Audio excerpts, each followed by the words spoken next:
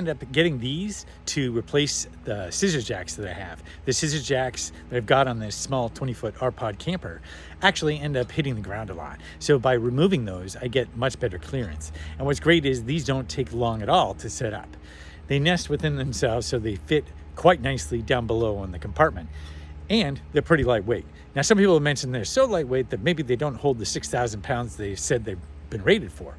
But those people are just spouting their opinion, and I didn't see any testing involved, so I still don't know. Do these do 6,000 pounds? I don't know. But if you're stabilizing for a camper, no matter what the size, all you're doing is stabilizing. You're not going to need to have necessarily a huge amount of weight on there, because again, you're just making it snug to keep your camper from bouncing about. So I think it works great for that, especially for the camper that I've got.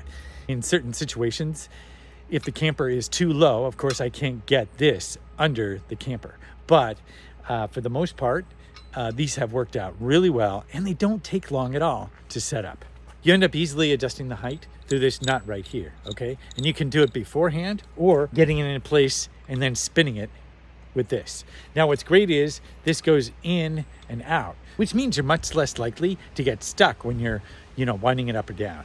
I do think that it's good, obviously, to have something on the underside of these to prevent this from getting all dirty and stuff. But sometimes there are certain situations where, because of height, I've had to put these directly on the ground, and I've noticed it, but they do fine. Overall, though, I'm pretty happy with these and would definitely recommend using them as a stabilizer around your camper, especially getting rid of those stupid scissors jacks and giving yourself a fair bit of clearance without having to sacrifice time in terms of setup.